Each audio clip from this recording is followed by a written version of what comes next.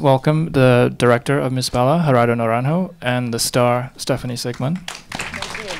Thank you. Gerardo, obviously it's a very topical issue, drug violence in Mexico.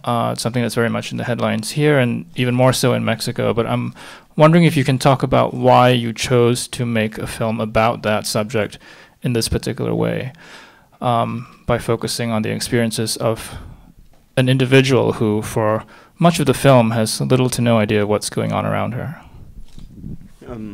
I guess the origin of it was that I was very dissatisfied precisely with every cultural medium that was portraying this situation. I felt there was lots of misinformation. There is a lot of comedies being done in Mexico about the crime, and they portray the criminals in a cool way. They are, pretty much Scarface prototypes. They are having a great time. It's all about the girls, the drugs, the gold chains, and I was angry at those. I don't know how to call them, because it's like soap operas, movies. There is books. Bad literature, but it's all around. So I felt there was a great opportunity to talk about what I felt was closer to reality, or my own interpretation of the violent state.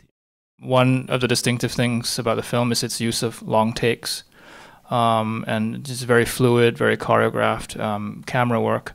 Gerardo, do you want to say a little bit about why you chose that aesthetic? And Stephanie, also the sort of, I don't know, there's a certain pressure of having to just be present for that amount of time in what were somewhat complicated camera maneuvers in some scenes.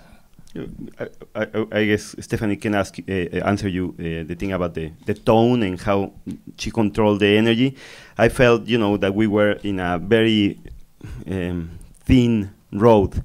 I felt in one side we had, like, I guess, art film mannerism, the whole Jeanne d'Arc prototype that I didn't want it to go there. And in the other side we had the virus of the Mexican melodrama, that has taken over in any, mainly in soap operas, but it's a whole culture that people cry and it's very expressive, and I feel that doesn't communicate anything anymore, So I felt we had to go in between and just be very controlled. And I guess, I don't know what you think.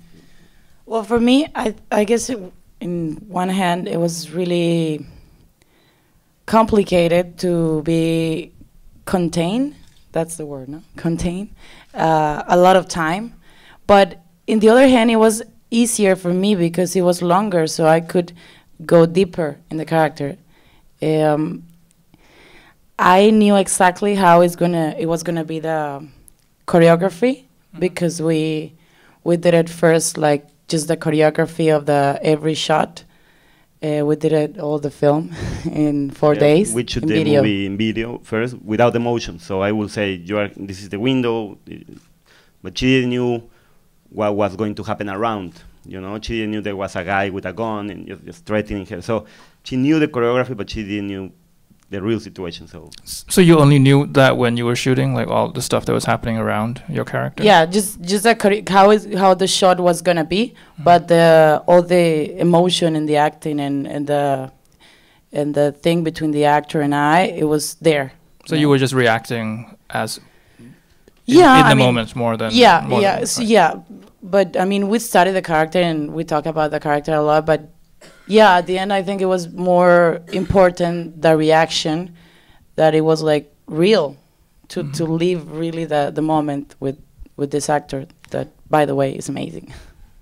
If you are a filmmaker and you make a movie about this, there is no way to do it imagining, so we did a shameful, horrible research with these guys, and, there is tons of anecdotes that are terrible and horrible. There was one that stick on my mind very much was I was with this criminal who was a killer, and I said, how can you kill it? Don't you feel something when you take a life out of a body? And he's like, no. He's like, because when I'm going to kill, I set up my mind and I make them, I convert the humans into flies. you know, he said. And then I kill them very easily, you know, so because they are insects, you know, so, and I mean, I'm not a psychologist, I don't know what's that process, but it was horrible to hear that, you know, that this guy already had a system of how to attack. And yeah, we were in jails, we were with some criminals, with police, which, you know, I mean, the craziest thing to discover is that all the codes and all the strategies to attack that the criminals use are pretty much military or from the police, you know, and the code, you know, the way they coordinate themselves, and they pretty much use the same codes, you know. So it's crazy to, you know, when we were researching, you say, okay, so when these guys are in a run or in a shootout, what they are saying, their words is like the same as the cops, you know. So I was very afraid at some point that we would be even more confused, you know. They say, well, that's the truth.